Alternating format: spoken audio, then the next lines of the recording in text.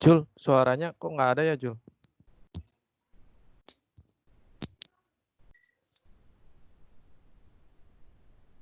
Suaranya nggak kedengeran, Jul.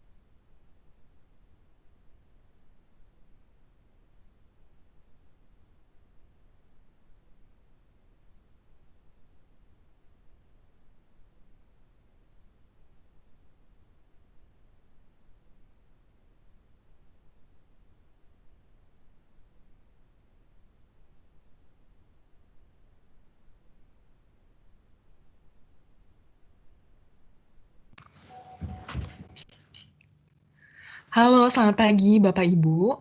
Terima kasih udah bergabung dengan webinar kami di hari ini dengan judul Pengetahuan Keunggulan Teknologi Ansible untuk mengotomasi pekerjaan repetitif pada pengelolaan infrastruktur IT.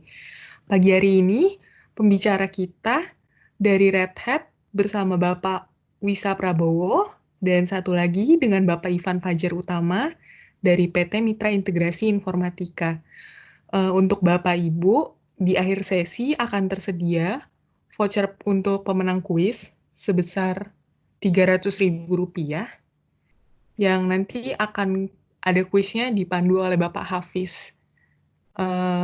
Kita mulai webinarnya.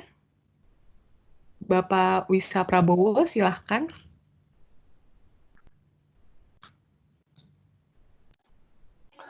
Oke, tes.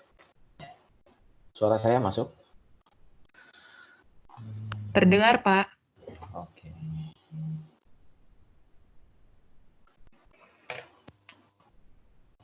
Oke, saya coba sharing screen saya dulu ya.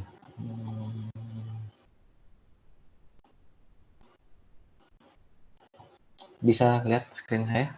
Terlihat dan terdengar jelas? Terlihat, Pak, screen-nya. Oke. Oke.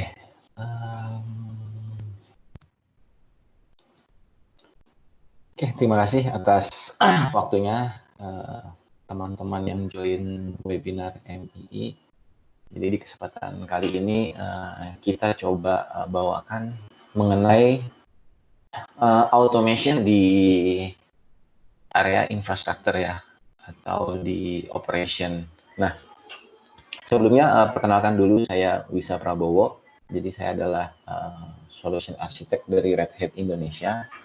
Kebetulan saya juga handle teknologi platform atau infra di Red Hat. Jadi Red Hat itu sebenarnya fokus di dua pilar ya, secara produk. Secara produk fokus di dua pilar, di platform atau infra dan juga di middleware. Jadi saya ini menghandle produk-produk yang berhubungan dengan infrastruktur atau platform. Nah,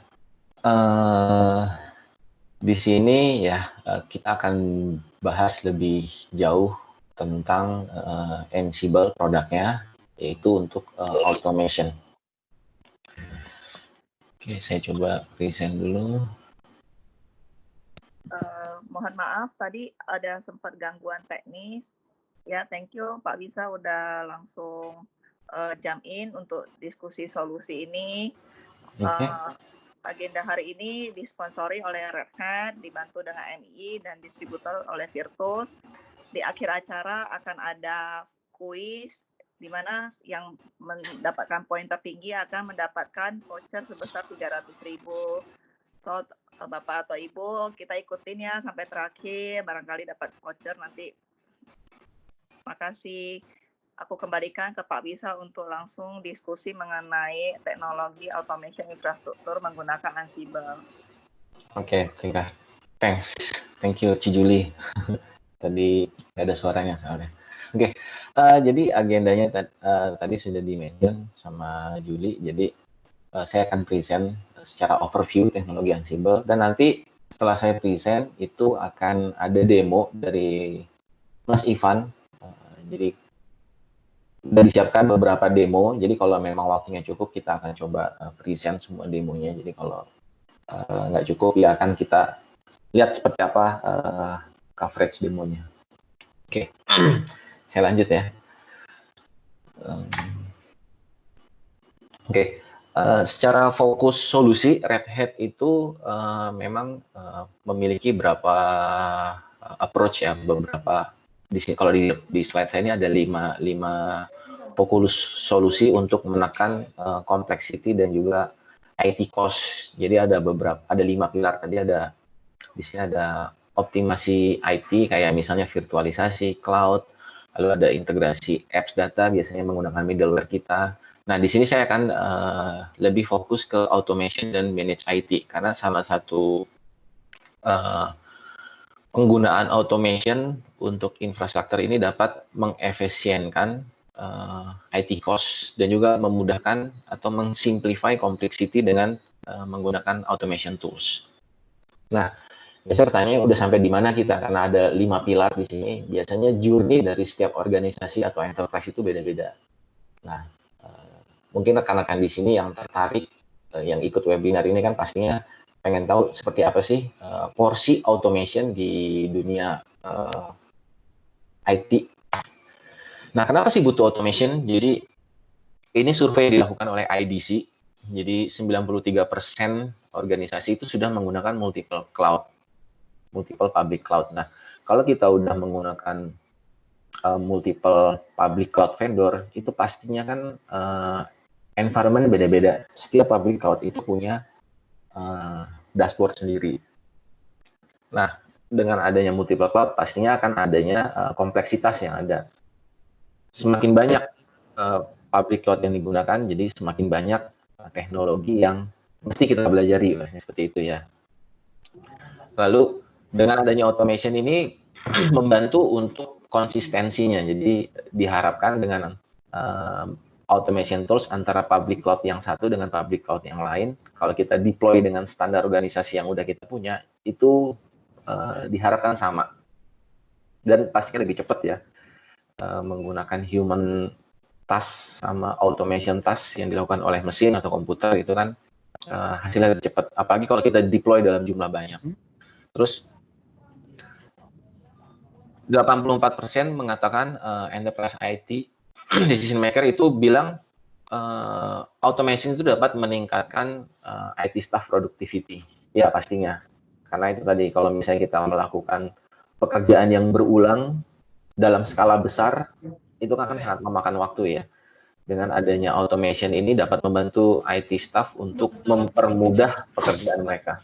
Tujuannya apa? Jadi tujuannya si IT staff ini bisa fokus ke lini bisnisnya. Kayak misalnya dia ada project lain, atau kalau misalnya IT staff-nya pengen belajar teknologi lain, karena sudah disimplify oleh jadi kita mau belajar apa?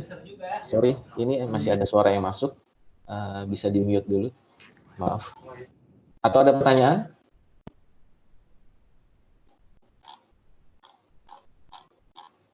Oke, thank you. Kalau memang ada pertanyaan, mungkin nanti kita akan pull di Q&A di akhir presentasi saya ya. Kalau memang ada concern atau ada yang mau didiskusikan, silakan. Oke, saya lanjut. Sorry. Nah, ini IT decision maker mengatakan kenapa sih butuh automation. Kayak misalnya ada IT architect, saya butuh tools itu yang membantu konsistensi antar environment atau antar teknologi yang lama, legacy, dan juga yang modern teknologinya. Terus kayak misalnya sysadmin juga, dia nggak bisa scale out dengan mudah dari on-premise ke cloud. Karena ya namanya deployment kan, deploy di on-premise infrastructure dengan deploy di public cloud, itu kan pasti punya standar yang beda ya, cara deploy-nya beda. Lalu pasti belum tentu image yang di-deploy juga sama. Kita harus bikin standarisasi. Biasanya ini akan butuh adaptasi. Dengan adanya automation, ini bisa menjawab challenge-challenge dari lini atau dari divisi IT yang ada. Jadi kayak misalnya tadi ya, arsitek dia butuh konsistensi antar infrastruktur. Terus sysadmin dia butuh scale out ke environment lain dengan mudah dan juga dengan cepat. Sebenarnya message utama dari automation ini agile dan konsisten ya. Konsisten dalam arti deployment yang dilakukan karena dilakukan oleh automation engine itu lebih konsisten. Beda dengan yang dilakukan oleh manusia lah. Yang namanya manusia ya, kalau misalnya kita kerja masih pagi, masih seger, ya pasti kita fokus. Tapi kalau udah malam, udah lewat jam kerja, udah capek, itu kan bisa jadi ada namanya human error. Apalagi kalau dilakukan dalam skala banyak, yang dikerjain itu udah puluhan mesin gitu. Tapi kalau menggunakan tools atau mesin automation, itu dipastikan hasilnya sesuai dengan ekspektasi kita, atau sesuai dengan apa yang kita mau. Nggak ada namanya human error, gitu. Karena memang udah dikerjakan oleh komputer ya, bisa dibilang dikerjakan oleh mesin. Oke. Nah, Ansible sendiri ini adalah produk open source. Dulu sebelum diakuisisi Red Hat, Ansible itu proprietary. Jadi closed source, proprietary. Red Hat kan memang dari dulu seperti itu ya. Jadi bukan hanya Ansible yang berangkat dari perusahaan proprietary. Jadi banyak sebenarnya selain Ansible. Ada platform KVM, dulu kan KVM. Kalau pernah pakai virtualisasi KVM itu dulu sebenarnya teknologi proprietary. Dibeli Red Hat dari Kubernetes lalu di open source kan. Terus ada namanya Treescale untuk IPM management. Nah, Ansible juga sama. Jadi Ansible itu dulu perusahaan proprietary, diakuisisi Red Hat lalu di open source kan. Karena Red Hat tahu dari awal open source itu bakal punya porsi lah di masa depan. Ya, kita lihat aja zaman sekarang ya, kayak misalnya big data, container, terus mobile, terus cloud. Itu kan sebenarnya di-drive oleh open source project. Nah, Red Hat udah melihat seperti itu udah lama. Dan memang Red Hat itu perusahaan open source dari awal berdiri. Ya, makanya kalau kita lihat sekarang, justru yang leading teknologi itu banyak project-project dari open source. Yang kalau kita dengar kayak kontainer lah. Kontainer kan datang dari open source. Nah, dari message si automation sendiri, si Ansible ini bisa digunakan untuk kolaborasi ya, istilahnya kolaborasi, bukan hanya di satu divisi. Jadi dari divisi security, engineering, network, operation atau infra ini bisa menggunakan platform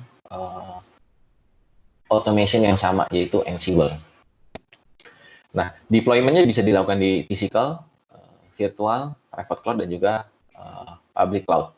Nah, yang kita tahu kan sebenarnya proprietary teknologi kayak misalnya networking, terus kayak virtualisasi, sebenarnya kan mereka punya automation tool sendiri. Kayak misalnya kalau saya sebut sebuah vendor kayak Cisco kan punya automation sendiri ya, kayak untuk automate ACI-nya. Terus VMware juga punya automation sendiri untuk provisioning VM di atas vSphere-nya.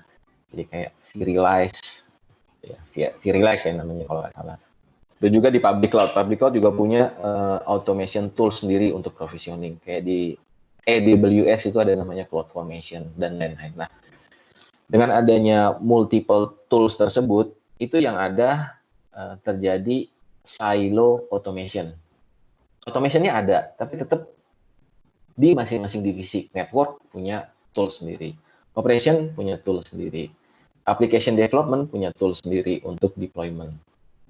Nah, ini tidak adanya yang terjadi adalah tidak terjadi sinergi antara masing-masing divisi ini. Jadi nggak ada kesinambungan lah.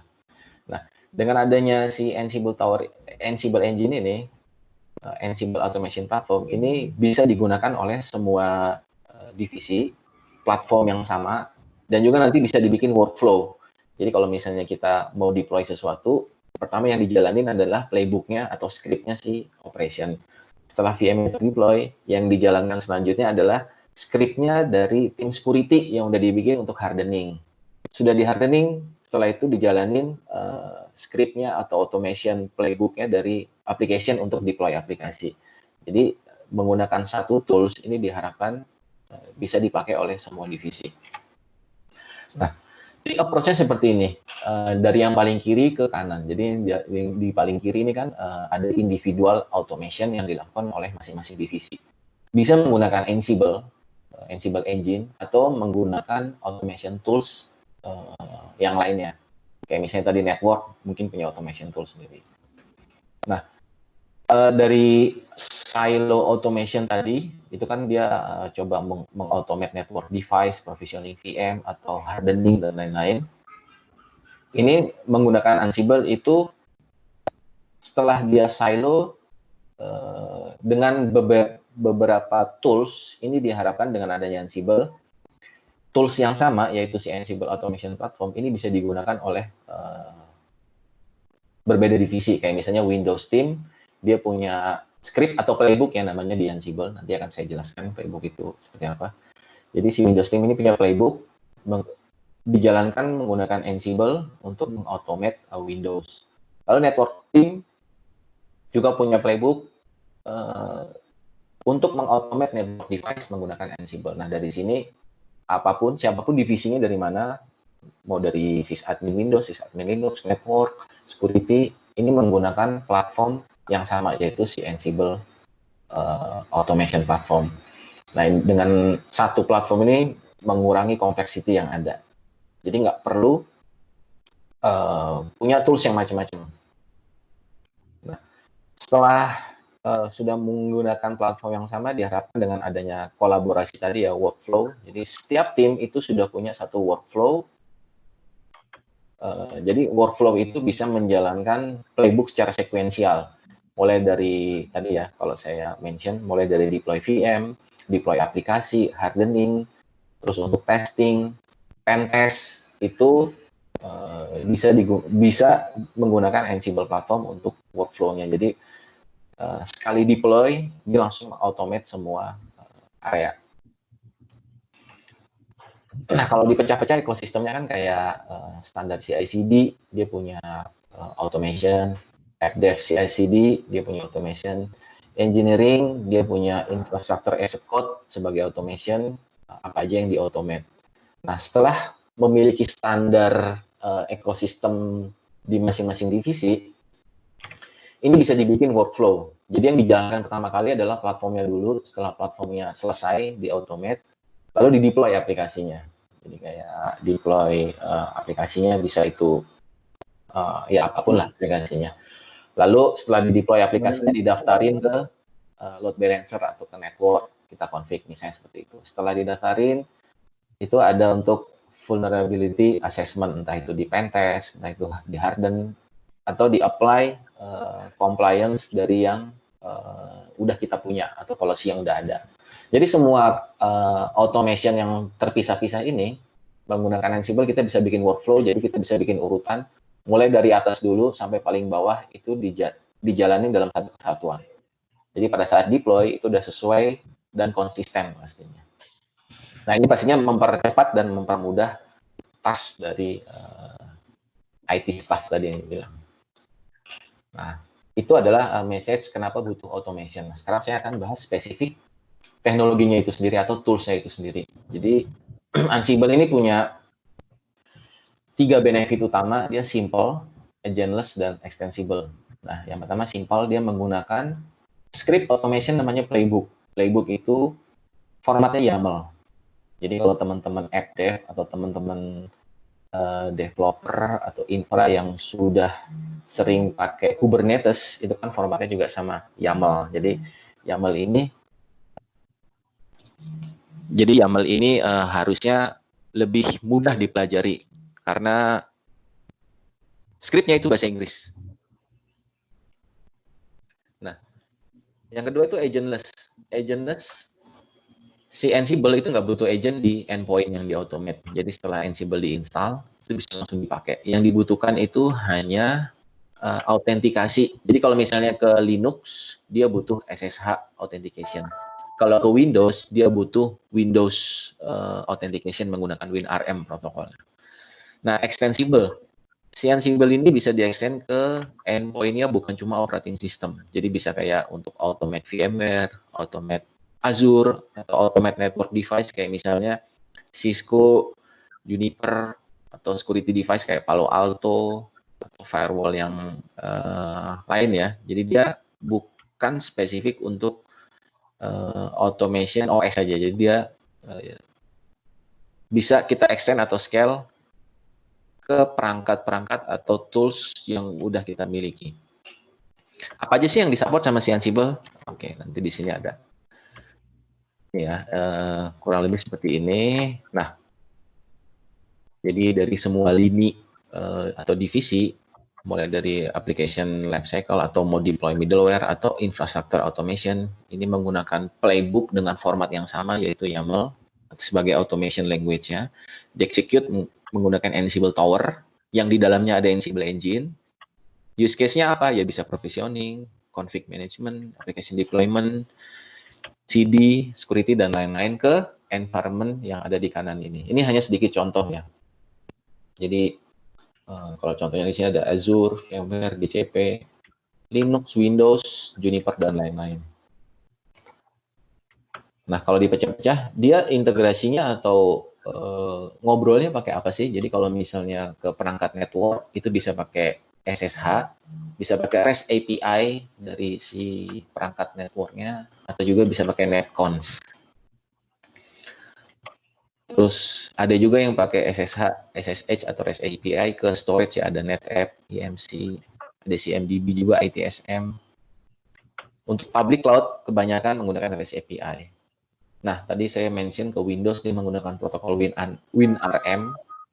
Ini sebenarnya protokol defaultnya Windows ya, harus di-enable untuk remote-nya supaya si Ansible bisa automate. Dan sekali lagi Ansible ini tanpa menginstal agent di endpoint-nya. Benefitnya apa? Ya kalau kita nggak perlu install agent, kita tinggal install Ansible tower-nya, Ansible automation platform-nya, kita bisa langsung pakai. Dan nggak perlu ada perubahan di endpoint-nya. Karena biasanya kalau kita tanam agent di endpoint itu kan butuh restart.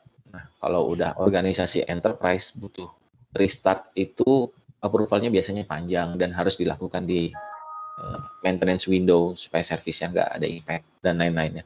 Kalau Ansible dia nggak butuh agent, kayak kita sebut agentless.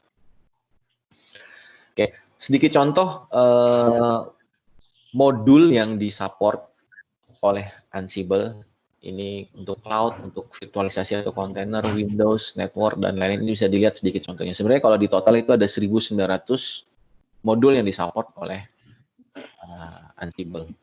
Modulnya siapa yang bikin? Nah, modul ini bisa datang dari 3 area, dari Red Hat, dari prinsipal lain kayak misalnya Cisco. Cisco kan punya Ansible modul untuk automate Cisco appliance ya. Mereka itu datang dari Cisco, dari prinsipal atau dari community. Jadi community kalau misalnya mau bikin based on Python itu kita bisa bikin atau kita bisa pakai punya orang.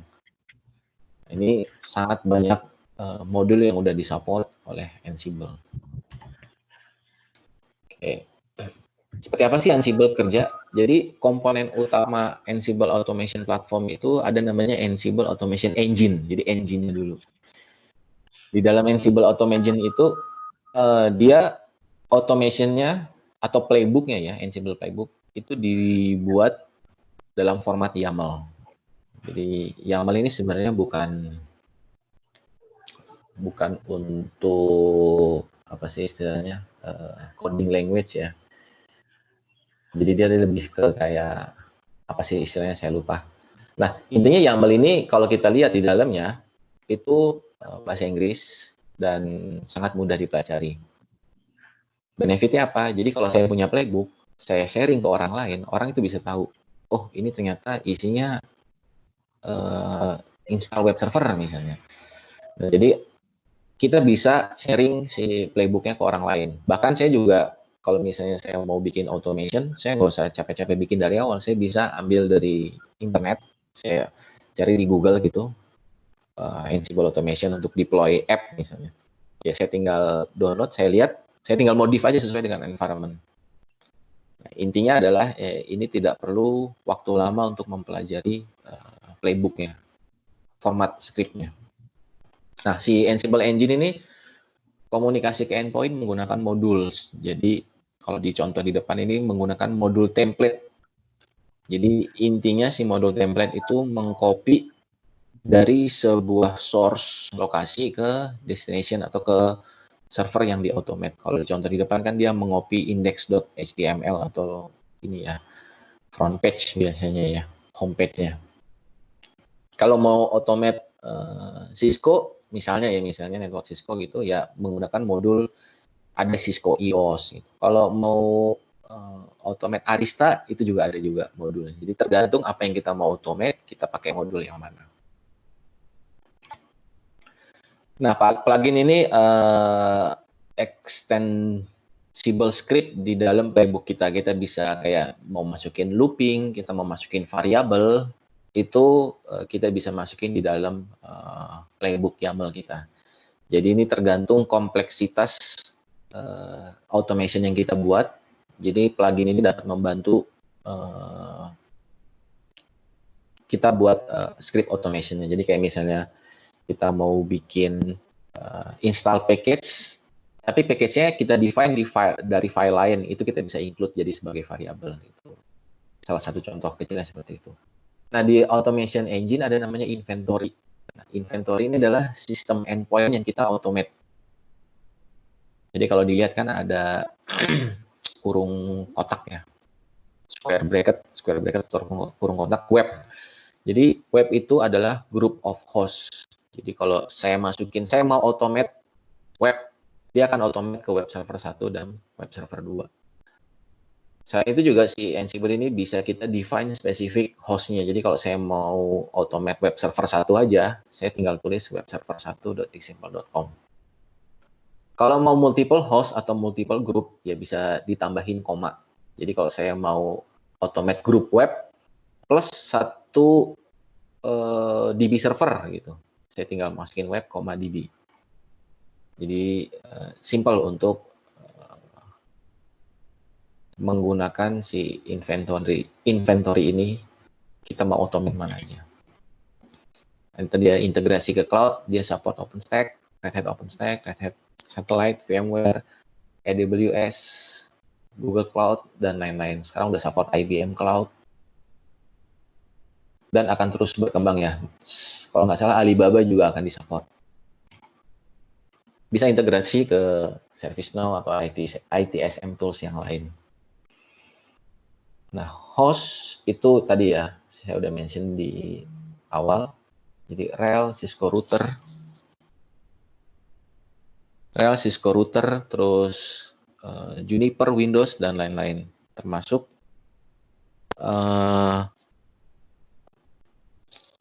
E5. Oke, saya next. Nah, intinya tadi si Ansible itu bisa mengautomate apapun sebenarnya. Tinggal kita lihat modulnya support atau enggak. Nah, ini adalah contoh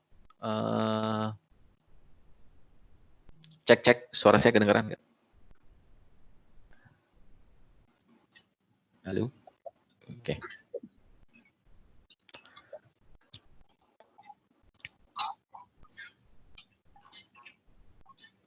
Oke, saya lanjut ya. Kalau suara saya kurang jelas atau kecil, bisa di-mention di chat atau dikasih tahu aja. Oke, di sini ada example playbook yang coba saya jelaskan. Jadi ini adalah simple automation format YAML yang ada di dalam Ansible script. Jadi di sini ada contoh namanya install dan start Apache.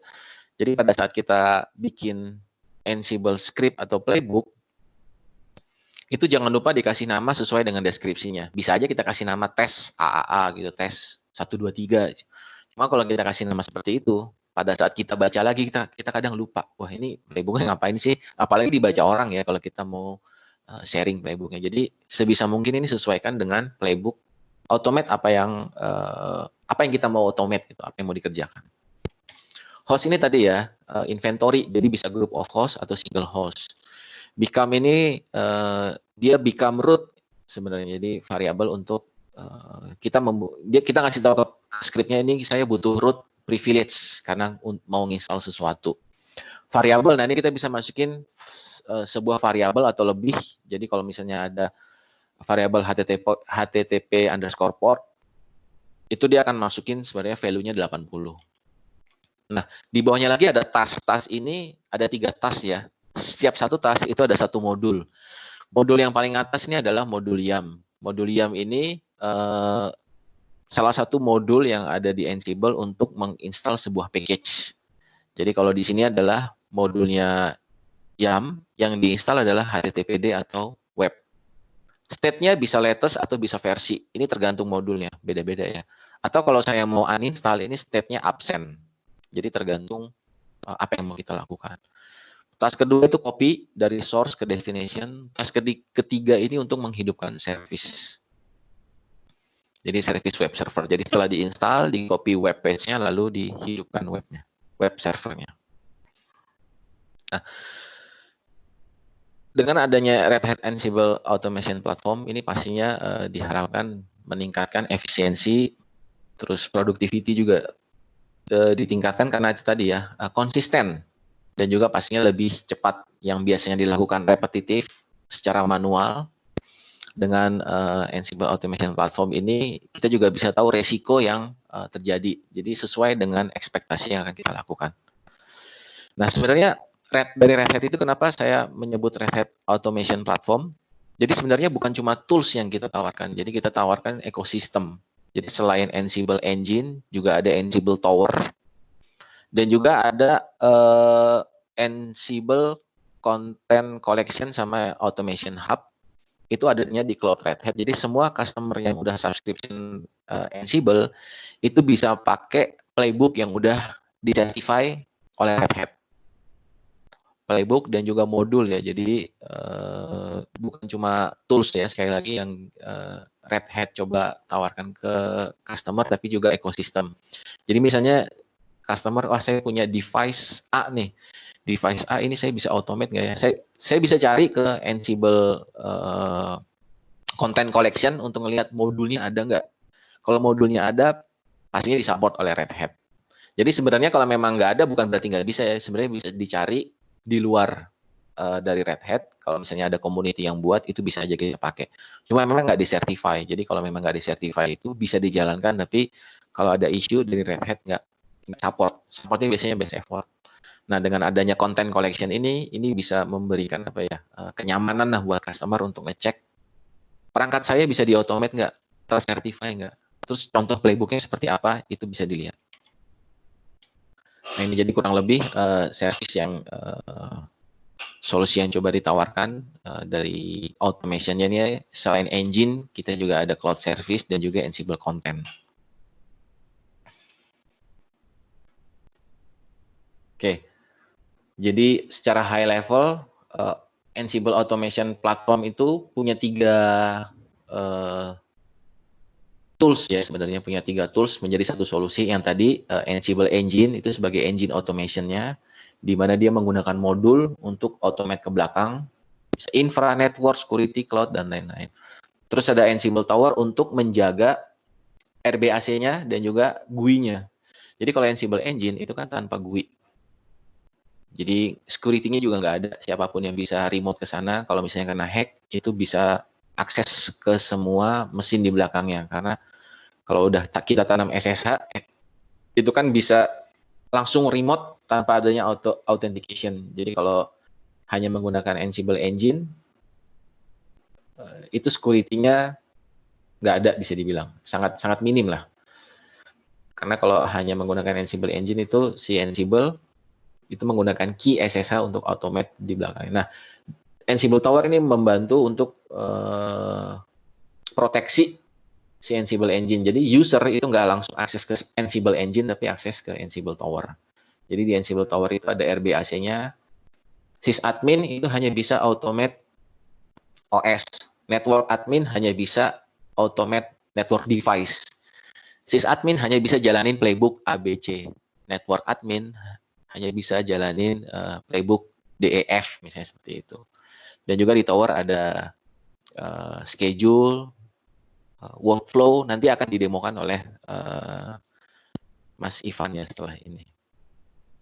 Nah, ini yang on-premise, dan yang warna merah ini yang cloud-nya Red Hat. Di cloud.redhat.com itu ada itu tadi ya, automation hub untuk kita bisa cari modul dan juga playbook dari third party vendor yang disertify.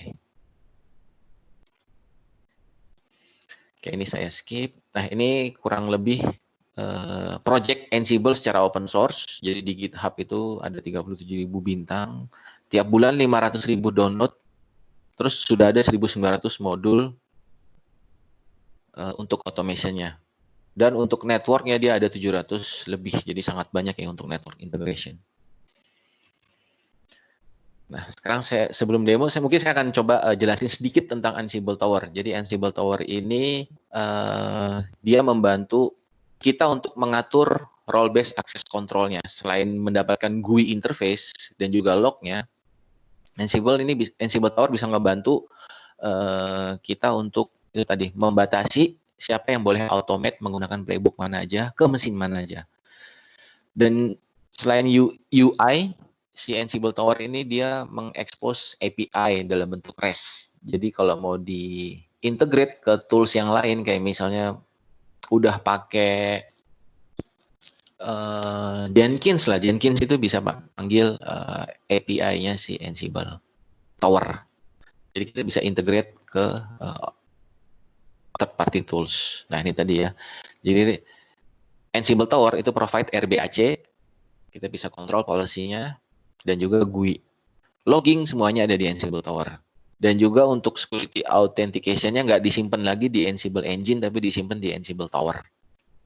Jadi key-nya itu di-encrypt. Jadi kalau memang pakai SSH key, misalnya itu ditaruh di database Ansible Tower, kalau di-encrypt. Atau kalau misalnya ke Windows pakainya username dan password, itu ditaruh di database Ansible Tower dan juga bentuknya encrypted. Nah, ini kurang lebih komponen fitur dari Ansible Tower. Jadi kalau misalnya usernya maunya diintegrasi menggunakan third party kayak misalnya CyberArk atau pakai AD, Microsoft Active Directory, bisa juga. Jadi ada RBAC, push button karena pakai GUI, expose API, workflow kita bisa gabungin beberapa playbook menjadi satu kesatuan flow, terus integrasi ke autentikasi, dan juga loggingnya dia centralize menggunakan dashboard, menggunakan UI. Nah, ini project di dalam Ansible Tower itu adalah playbook ya, atau project kita mau bikin job template. Ini ada GUI-nya. Tadinya yang kalau hanya menggunakan Ansible Engine itu gak ada GUI-nya. Di sini Tower meng-provide GUI-nya. Playbook itu nggak disimpan di Ansible Tower, tapi disimpan di source code management. Bisa di Git, GitLab, GitHub, Bitbucket, SVN yang lain. Jadi dia hanya manage playbook, tapi nggak menyimpan playbook. Inventory tadi ya, ini untuk menyimpan list dari mesin yang kita automate. Kredensial, ini untuk menyimpan kredensial kita, tipenya apa, environment atau cloud, dan semuanya terencrypt. Job template ini playbook sebenarnya, playbook yang udah kita bikin template. Jadi playbook job template ini biasanya isinya informasinya tentang playbook, kredensialnya pakai apa, ke mesin yang mana. Jadi pada saat kita ngejalanin itu udah jadi sebuah template satu kesatuan. Nah, ini yang menarik dari Tower, yaitu workflow. Jadi kita bisa bikin multiple playbook dalam satu task automation. Dan juga kita bisa bikin logic. Kalau misalnya gagal, jalanin playbook yang lain. Gitu. Atau kita bikin playbook rollback. Jadi kalau yang hijau itu sukses, yang merah itu gagal. Jadi kita bisa bikin.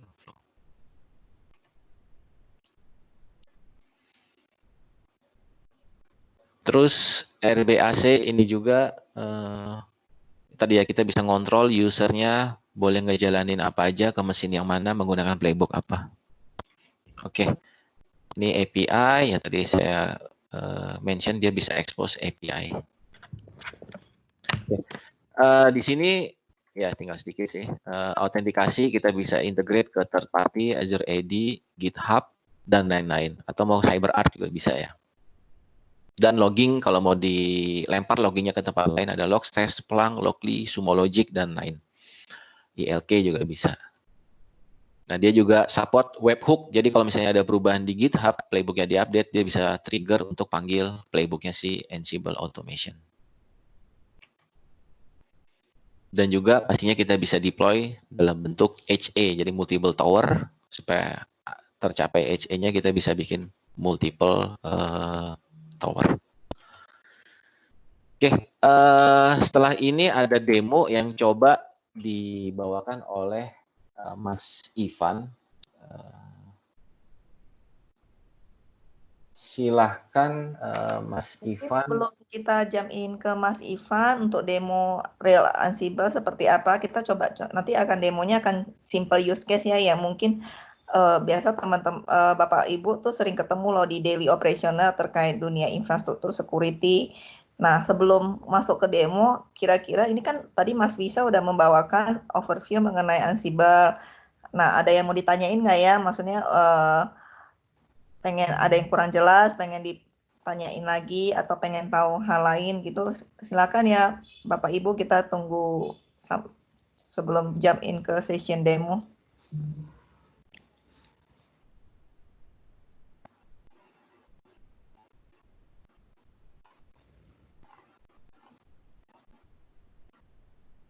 Ya, mungkin kira-kira nanti demonya use case-nya seperti ini ya. Ada untuk automate Linux dan juga untuk automate Windows kalau sempat. Jadi ini salah satu contoh modul yang disupport untuk automate Windows.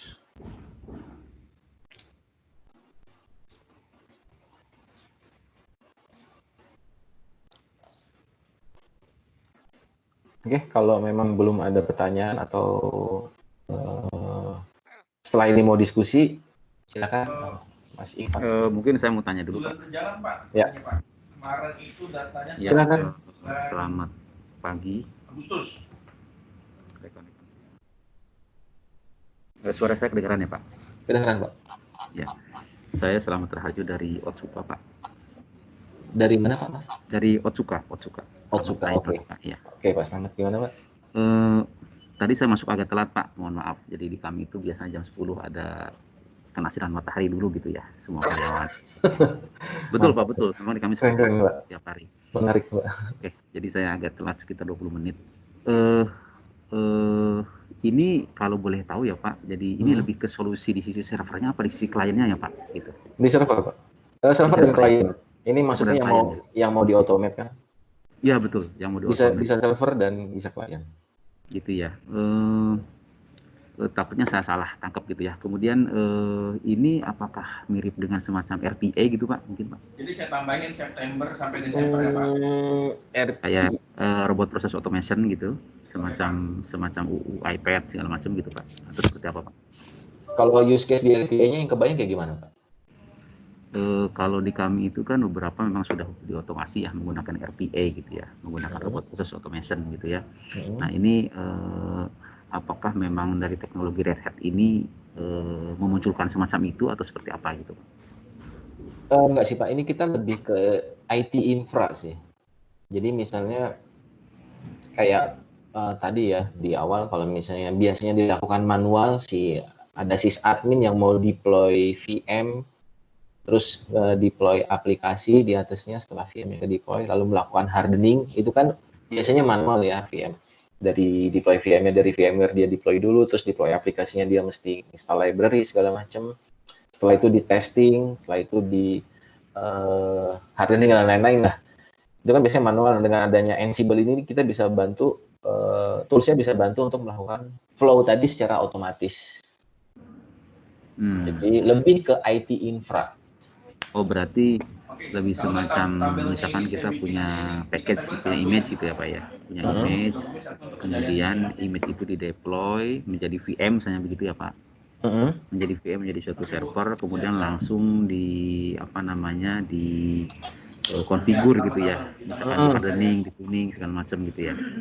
Ya betul. Biasanya kan kalau deploy VM kan kita deploy dulu. Nah setelah di deploy kan kita mesti config lagi kan, VM-nya kan biasanya nggak bisa langsung dipakai. Misalnya kalau misalnya kita mau install database, mau kita pakai sebagai database kan kita mesti install dulu database-nya, terus kita configure. Nah itu bisa di-automate, Pak.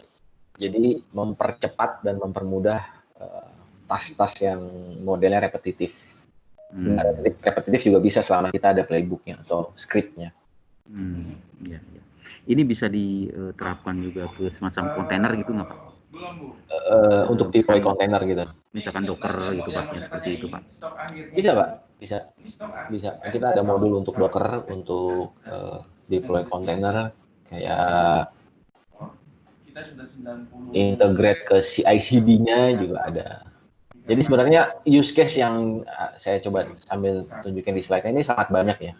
Jadi kayak kontainer itu lebih ke Kubernetes ya, kayaknya Kubernetes. Ya, misal kita pakai Kubernetes misalkan gitu Pak. Iya, bisa Pak use case-nya. Jadi kita minta untuk dikirimkan semuanya. Jadi kita paralel kita saya cari ya. Ini agak lambat. Itu sudah hampir 90.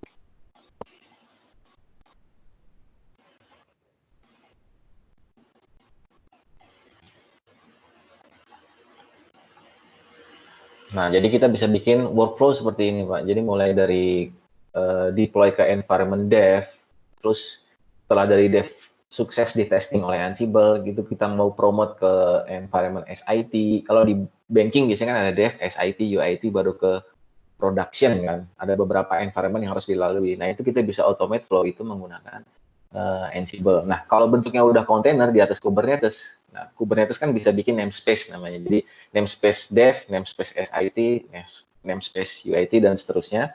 Itu menggunakan Ansible kita bisa mendeploy si kontainernya image yang sama ke beda environment dengan automation.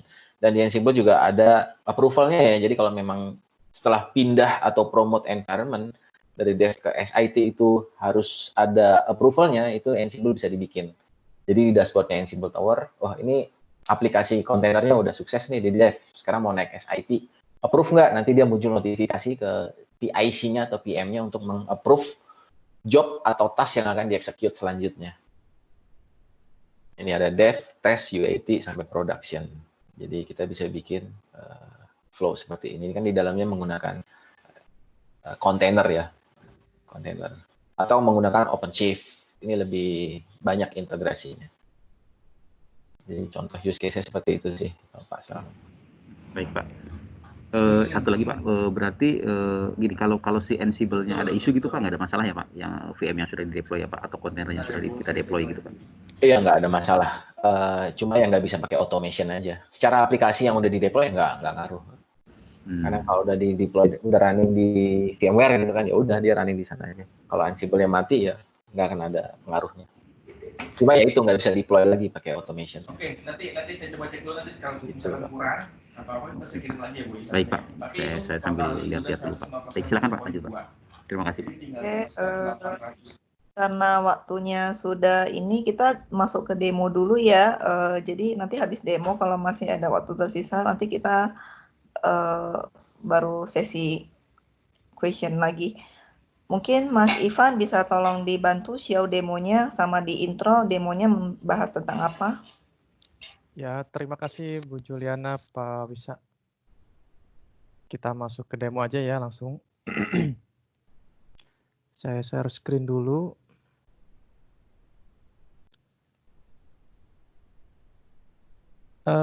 Sudah terlihat belum ya?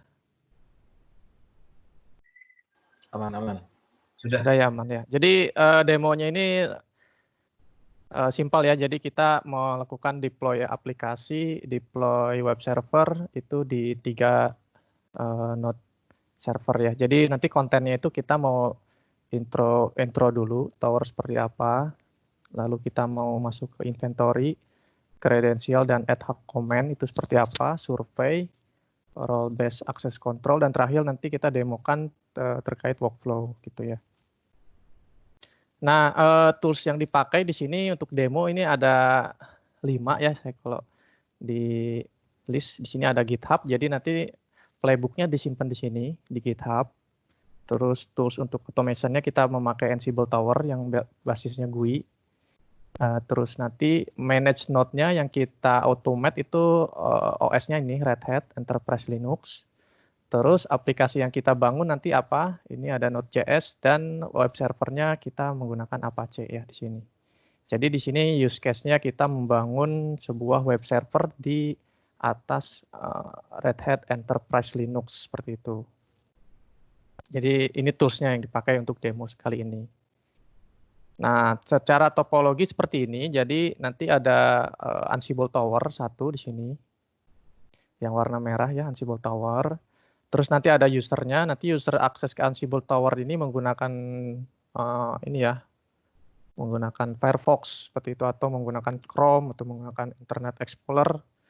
Jadi yang bisa diakses melalui browser aja, itu bisa diakses towernya. Nanti manage node-nya ini ada 3. Ada 3 Red Hat Enterprise Linux di sini. Ada node 1, node 2, node 3. Nah ini agentless, jadi koneksinya SSH ya di sini ya. Jadi nggak ada agent yang terpasang di sini. Gitu. Nanti Apache dan Node.js-nya itu terdeploy di 3 node ini gitu. Yang A ini tulisan A, ini aplikasi. Gitu ya. Jadi di sini ada Apache dan Node.js. Nah, playbook-nya disimpan di mana? Playbook-nya disimpan di GitHub sini. Gitu. Jadi nanti kalau kita mau lihat playbook-nya seperti apa, kita bisa buka GitHub-nya. Ya, jadi nanti tower-nya ini dia akan ngambil ke GitHub playbook yang mau di-deploy seperti itu. Nah, ini tower node 1, node 3, node 2, node 3 ini semuanya di sini demonya ada di internet. Jadi Bapak Ibu kalau mau langsung akses juga bisa di sini karena di sini public ya, demonya public. Jadi enggak lokal, di sini public semuanya. Jadi bisa langsung diakses. Gitu. Oke, dari sini saya langsung ke demonya. Oke, bentar saya share screen lagi. Saya share screen semua aja langsung ya. Nah, ini dia. Kalau sudah terlihat, ini Ansible Tower-nya seperti ini gambarannya. Jadi kalau kita logout ya. Nah, ini kan harus login dulu. Nah, ini kita login.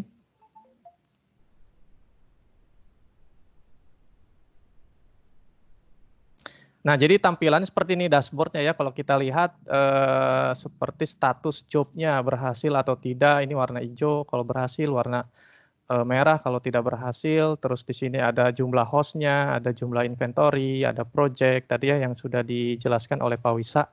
Kalau kita lihat di sini nanti kita bisa lihat inventory-nya. Inventory ini kumpulan host-host yang mau kita manage seperti itu. Di sini saya contohnya ada workshop inventory. Workshop inventory ini saya buat 2 grup. Ada kontrol, ini kontrol untuk Ansible Tower-nya.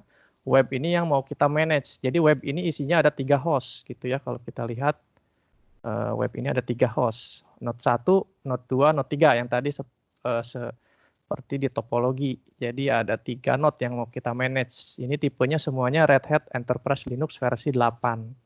Itu. Jadi nanti aplikasinya kita manage langsung, kita deploy langsung ke 3 node ini. Itu. Terus kredensialnya gimana nih kita mau akses ke node ini? Kredensialnya ini di sini melalui public key ya, jadi melalui SSH gitu. Jadi tidak ada agent yang diinstal. Jadi kalau di sini contohnya adalah melalui SSH public key gitu. Di sini contohnya ini username-nya. Tidak ada password, jadi langsung public key-nya yang ditanam di masing-masing manage node seperti itu. Ini kredensial tadi, terus tadi inventory ini hostnya, managed hostnya yang mau kita manage, terus lalu ada ini project. Nah ini project ini kumpulan playbook gitu, jadi nanti di sini tuh banyak playbooknya. Di sini saya bikin ada 3 ya, contohnya ada web dev, web ops, sama workshop. Gitu. Jadi ini playbooknya ada di sini, gitu. Dan di sini connect-nya ke Git nih, kalau dilihat ya tulisannya Git. Git-nya ada di mana nih? Git-nya ada di sini. Ini Git-nya. Tuh. Ya ini nih. Kalau Bapak Ibu mau coba akses alamat ini. Gitu. Jadi kita demonya menggunakan Git di sini ya. Playbook-nya ada di sini. Oke. Nah, jadi kalau kita lihat, nah ini playbook-nya. YML ini playbook-nya. Gitu ya. Oke, kalau mau ada pertanyaan langsung aja. Jadi di sini bebas ya, langsung aja. Kalau mau penasaran.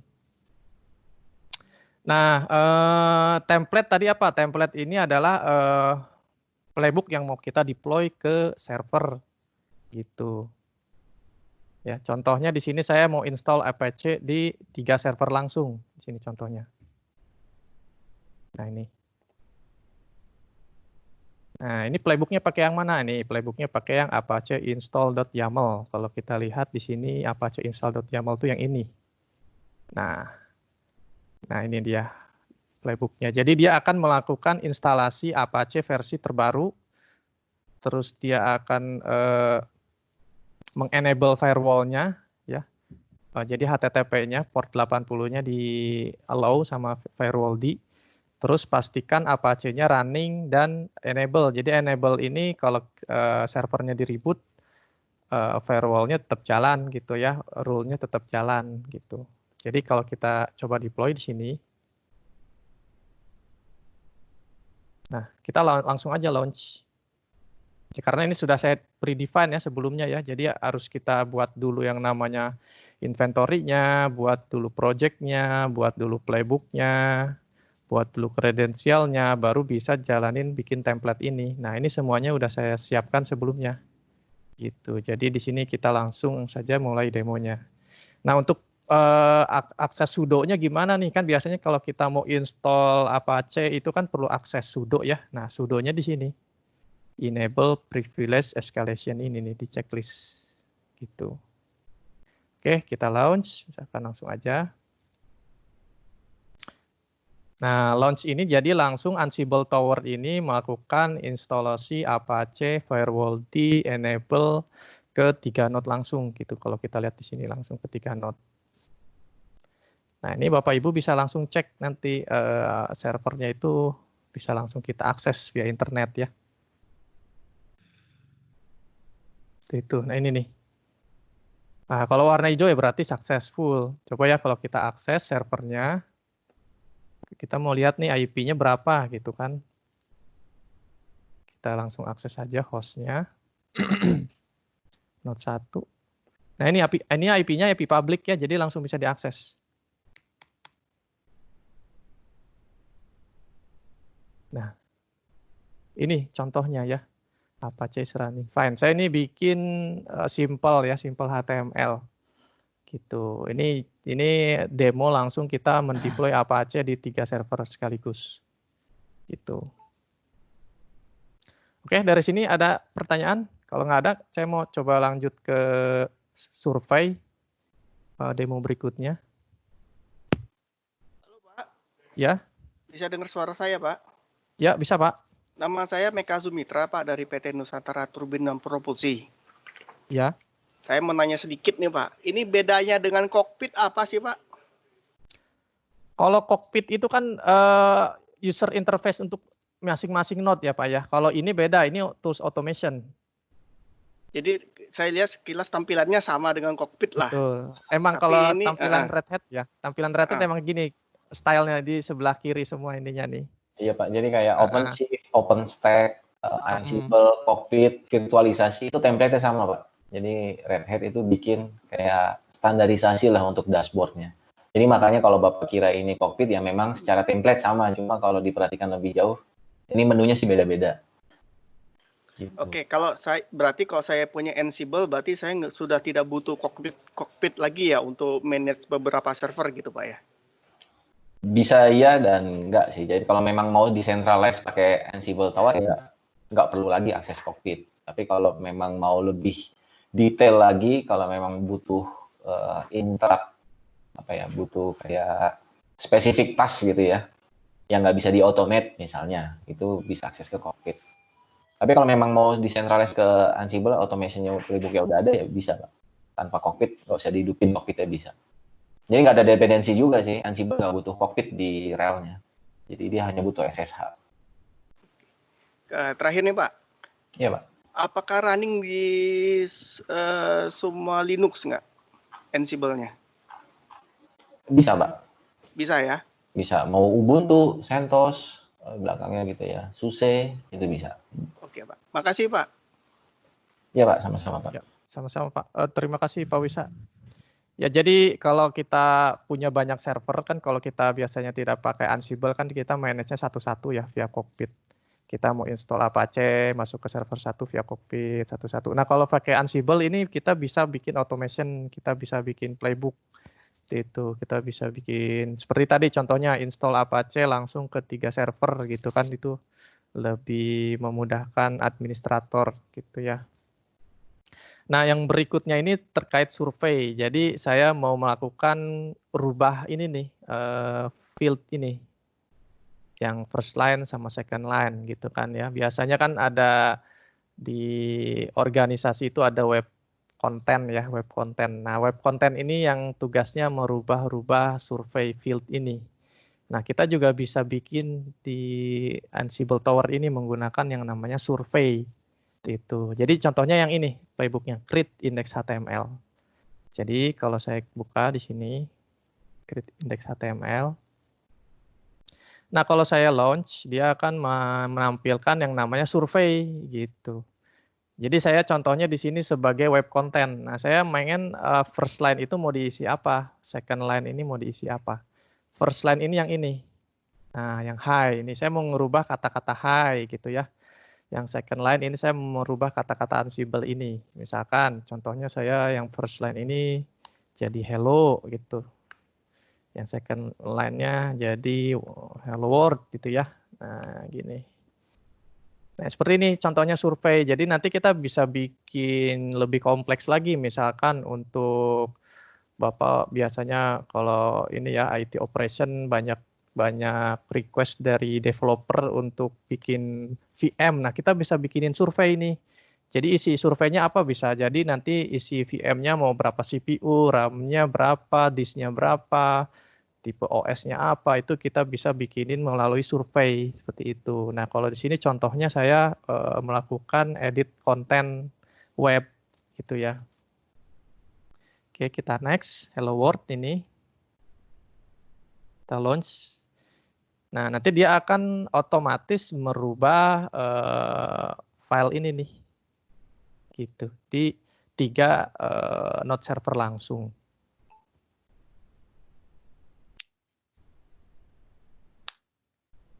Tadi ya kata-kata yang pertama adalah hello world. Ini sebelumnya adalah hi Ansible.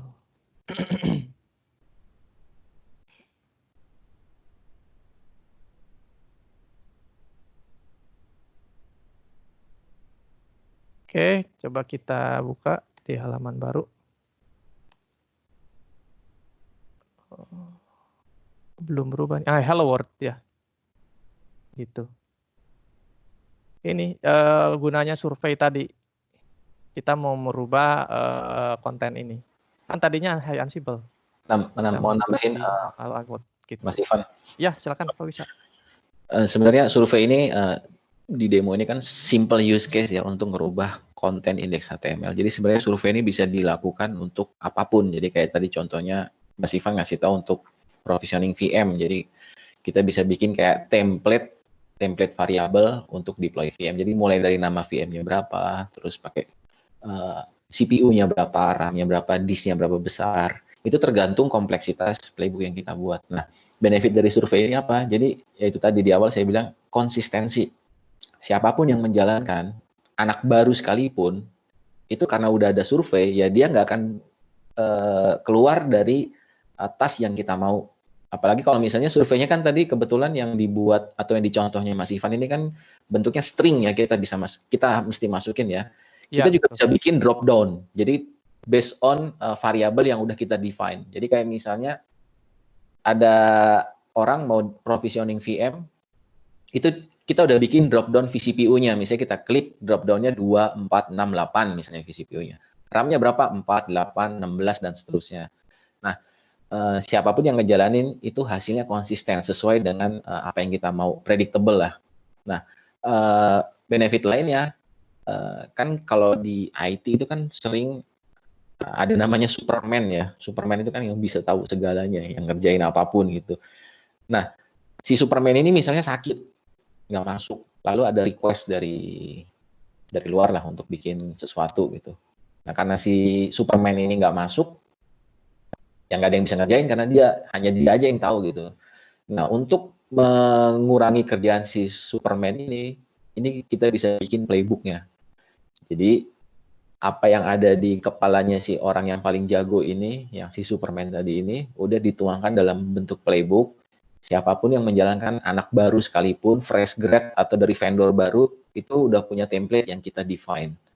Jadi kan kalau di IT kan kalau ada yang sakit, bingung, wah ini nggak masuk lagi, atau misalnya resign apalagi gitu, pusing ya. Nah itu kalau udah ada playbook ya, anak baru sekalipun dari vendor, fresh grade, itu udah ngejalanin automationnya sesuai dengan apa yang kita mau. Gitu sih. Itu benefit dari survei ini. Ya, silakan lanjut Bro Ivan. Ya, terima kasih Pak Bisa. Nah ini tadi yang survei macam-macam ya, jadi nggak hanya text area, kita bisa bikin juga multiple choice gitu. Kita bisa bikin integer value, kita bisa bikin floating, kita bisa bikin area password gitu kan. Ini juga bisa memungkinkan di survei gitu. Kalau di sini kan contohnya cuma isi teks ya, jadi banyak sebenarnya tipe-tipenya seperti ini. Contohnya ada teks, password, text area, multiple choice, integer, sama float di sini. Itu yang kegunaan survei. Jadi kita sebagai IT operation kita bisa bikin banyak ya surveinya. Mungkin survei untuk tadi provisioning VM, survei untuk deploy web server, survei untuk patching, gitu, hardening, atau untuk setting network, storage, itu macam-macam bisa kita bikin. Itu. Nah, yang terakhir di sini yang mau saya demokan adalah menggunakan workflow gitu. Jadi workflow ini ceritanya ada dua grup. Ini kalau saya lihat ada 2 grup. Yang pertama ada grup dev, yang kedua adalah grup ops gitu ya. Kalau grup ops gitu tugasnya membuat web app deployment gitu. Jadi web app deployment ini nanti yang bikin YAML-nya itu orang-orang operation.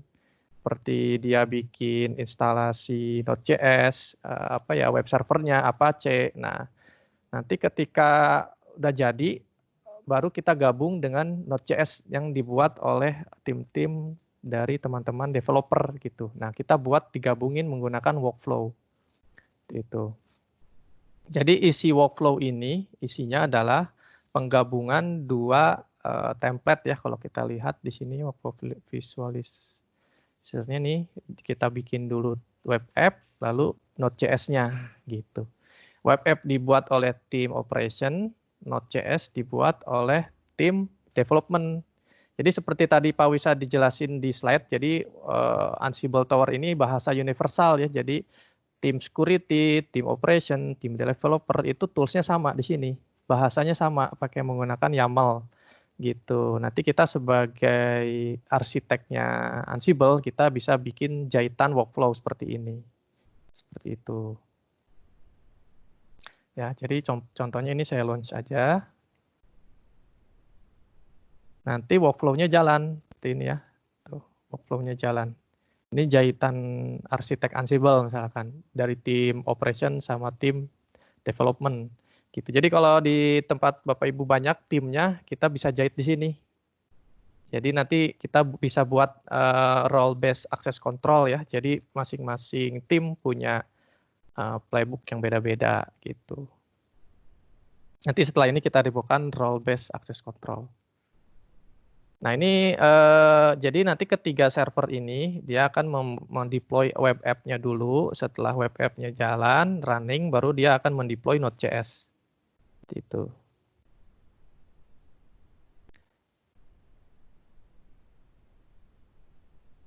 Nah ini selesai. Kalau kita akses Node.js-nya, Node.js di sini punya ini lagi ya, apa URL di belakangnya. Nah ini. Contohnya di sini simple aja, Node.js-nya hello world gitu. Itu yang tadi, jadi workflow ini jahitan dua tim yang berbeda ya. Itu. Nah yang terakhir adalah terkait role based access control. Jadi tadi kalau kita misalkan punya tim, tapi timnya itu cuma bisa merubah kontennya saja, tidak bisa merubah playbook dan macam-macam. Contohnya di sini saya satu lagi.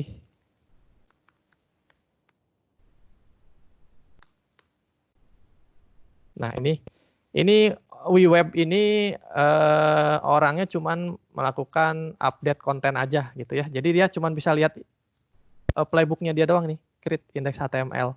Dia nggak bisa lihat yang lain gitu. Jadi dia tugasnya cuman merubah konten aja.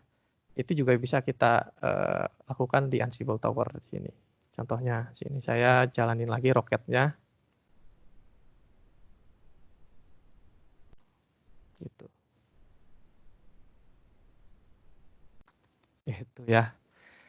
Nah, gitu. Jadi banyak fungsinya di Ansible Tower ini. Jadi kalau kita jabarin satu-satu bakal panjang, waktunya nggak cukup. Jadi tadi bisa integrasi ke enterprise kredensial, bisa kita melakukan notifikasi, bisa kita melakukan scheduling, ya bisa role based access control seperti ini nih. Itu juga bisa dilakukan di Ansible Tower. Itu. Jadi ini contohnya nih yang tadi WeWeb ini orang cuman bisa ngerubah konten aja ya. Tugasnya itu. Tuh, gitu. Halo berubah. Oke, mungkin seperti itu saja. Jadi nanti setelah ini kita langsung ke sesi kuis ya Jul ya. Ya, Bapak-Bapak Ibu, kira-kira ada yang demonya udah selesai ya Mas Ivan ya? Ya, sudah sih. Ini simple aja Ya, demonya. kira-kira ada pertanyaan nggak ya Pak ke Mas Ivan atau Mas Visa? Kalau emang mau ada diskusi lebih lanjut, kita siap ya Pak. Nanti kita set sesi khusus dengan Bapak atau Ibu di jadwal yang kita tentukan bersama nanti. Nah, untuk hari ini kalau emang sudah tidak ada pertanyaan lagi, mungkin kita mau masuk ke sesi kuis. Ini sesi yang kita tunggu-tunggu loh Pak, Bu, karena bisa dapat hadiah 300.000 berupa voucher. Itu. Gimana Bapak Ibu kalau emang udah nggak ada pertanyaan, kita langsung ke kuis ya Pak ya.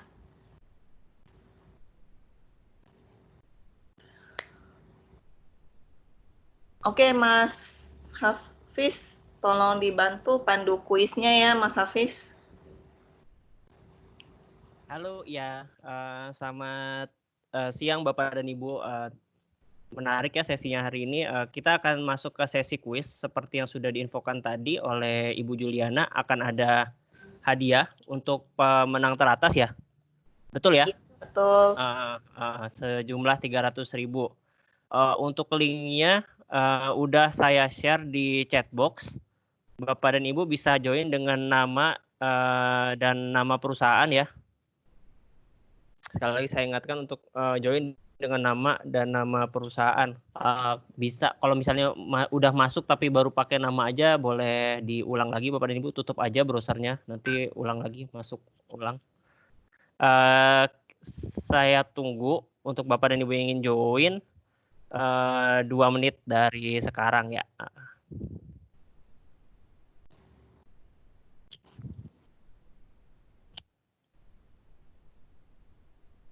Oke, apabila ada kendala boleh di chat ya Bapak dan Ibu.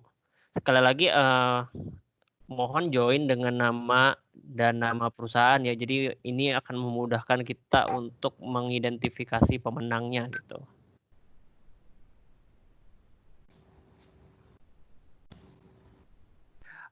Sekedar mengingatkan juga untuk Bapak dan Ibu nanti di akhir sesi atau tadi udah mungkin di-share sama Ibu Violen ya untuk feedback form.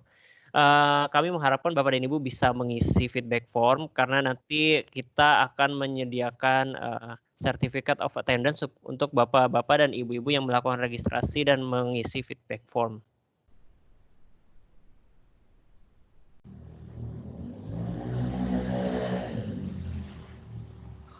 Oke, udah ada 21 orang. Kita tunggu sebentar lagi ya.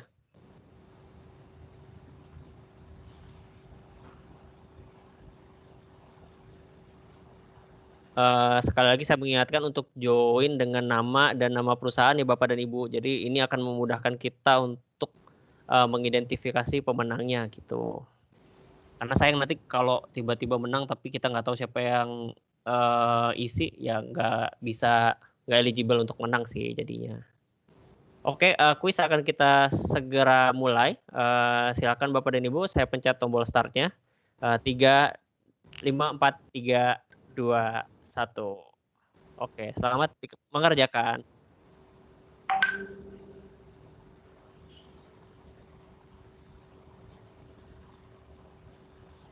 Durasi kuis sendiri kurang lebih 5 menit ya Bapak dan Ibu. Jadi kita akan selesaikan pada pukul 11:25 atau 11:26. Bagi Bapak dan Ibu dengan ranking tertinggi akan mendapatkan voucher senilai Rp300.000.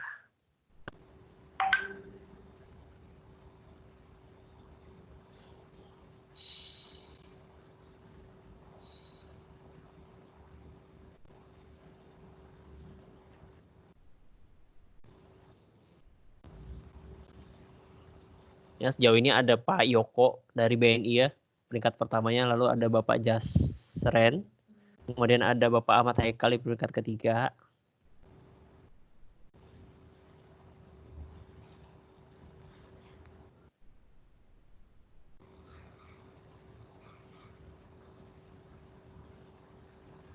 Waktu baru berjalan sekitar 2 menit, Bapak dan Ibu. Masih ada waktu sampai pukul 11:25.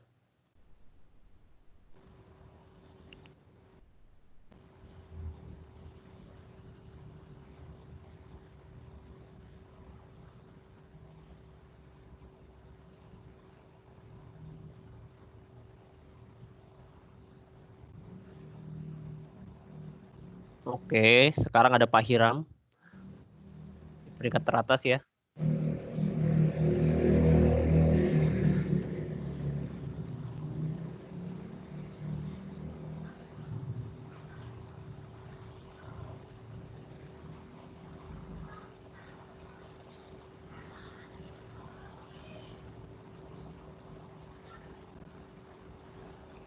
Kita masih punya waktu kurang lebih 2 menit lagi Bapak dan Ibu.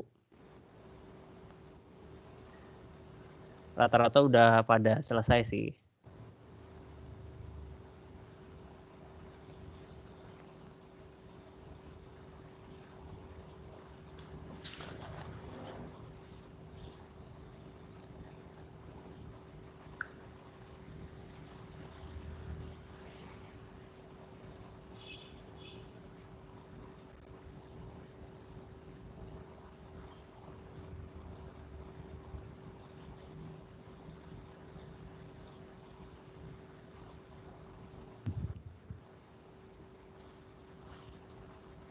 Ya, ada Pak Hasan sekarang di peringkat 1. Oke, waktu kurang lebih masih ada 1 menit lagi Bapak dan Ibu.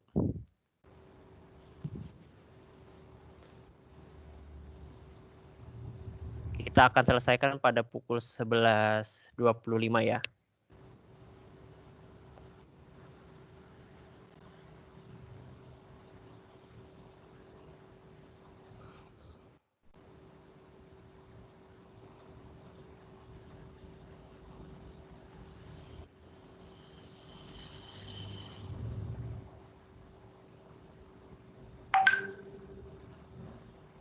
Oke, kita masih punya beberapa detik lagi sebelum saya tutup kuisnya.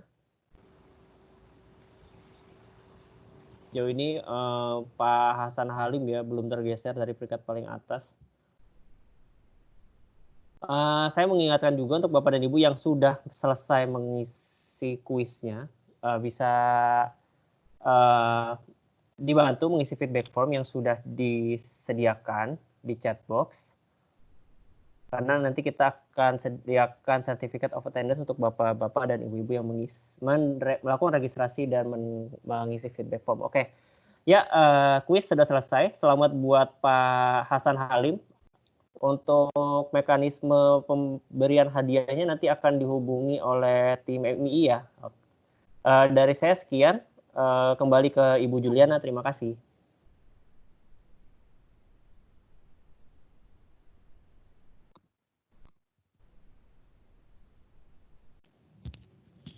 Halo, ya. Karena ini ada 2 pemenangnya, urutan 1 dan urutan 2 sama nilainya. Jadi mungkin kita mengubah sedikit ya hadiahnya. Tadinya kan 300.000 untuk pemenang pertama. Nah, karena ada 2 jadi kita masing-masing 200.000 ya Bapak Hasan dan Bapak Jul. Jadi dua-duanya bisa dapat, Pak. Tuh. Nanti tolong tinggalin nomor handphone ya Pak di chat roomnya biar aku bisa kontak Pak. Untuk Pak Hasan dan Pak Jul. Ya. Tolong dibantu untuk feedback formnya ya teman-teman, bapak-bapak ibu. Jadi feedback form itu nanti kita akan kasih berupa sertifikat attendee. Jadi bisa untuk keperluan internal di company, barangkali dari company ada KPI.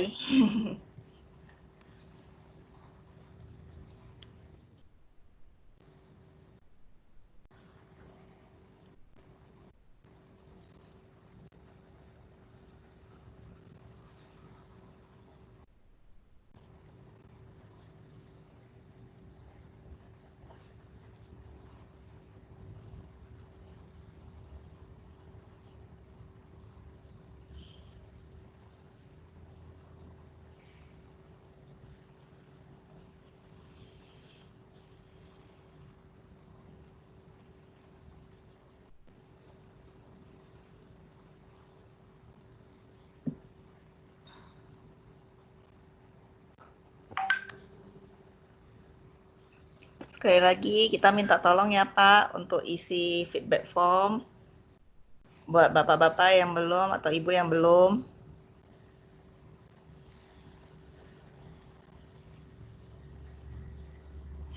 Kalau misalnya ada, nanti kita akan menghubungi kembali bapak atau ibu melalui feedback form ya. Yang bagi yang bersedia dihubungi kembali jika emang butuh diskusi lebih lanjut.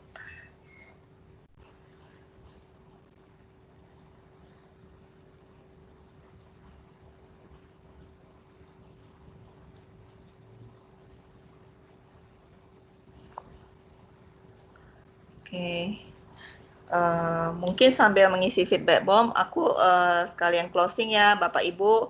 Thank you sudah meluangkan waktu.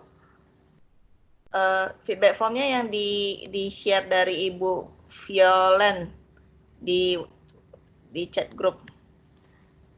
Mungkin Ibu Violen tolong di share kembali.